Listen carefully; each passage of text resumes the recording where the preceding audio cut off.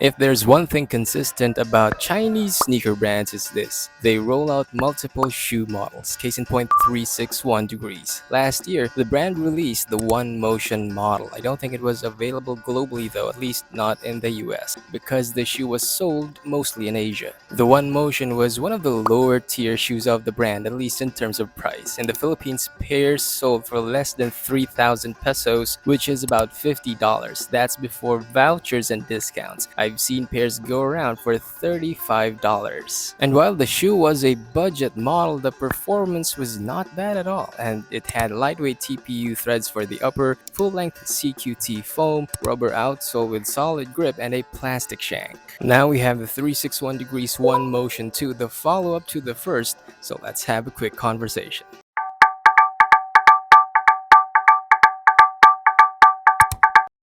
In terms of overall design, the One Motion 2 shares some similarities with its predecessor. Both are low-top silhouettes with that TPU side panel that extend from the back section to the front of the midsole. It's like the distinguishing feature of the shoe. It's a bit different from the one in the Big 3 because that series had a TPU piece that resembles the number 3. In the One Motion 2, the TPU piece could be part of the Quick Balance setup. Quick Balance basically functions as a midsole sidewall for stability, and in the One Motion 2, the plastic component overextends to the back of the upper. It also gives both structural and torsional rigidity.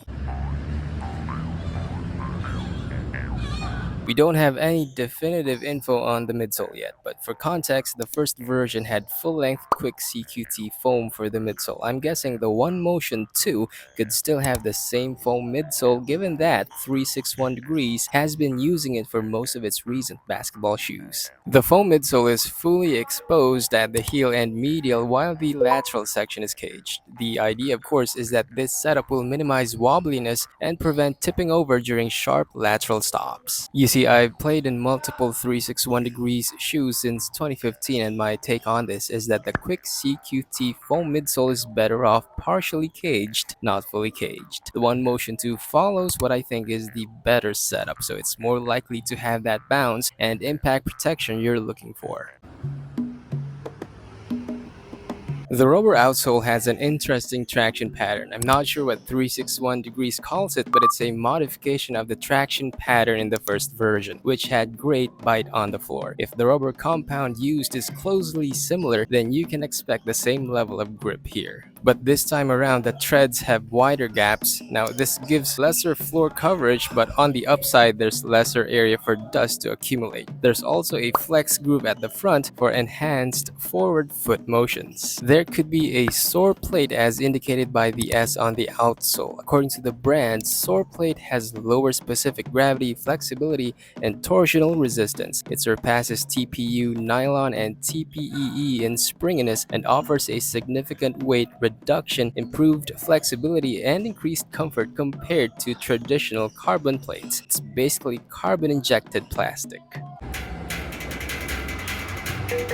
The One Motion series from 361 Degrees is a budget model, which says a lot because many of the brand's basketball shoes come at a lesser price than what's available out there, especially in the Philippines. But even if it's a budget model, the shoe has a lot of potential given the tech setup and the performance of its first model. The One Motion 2 doesn't seem to be completely different from the first, so the performance may be on the same level.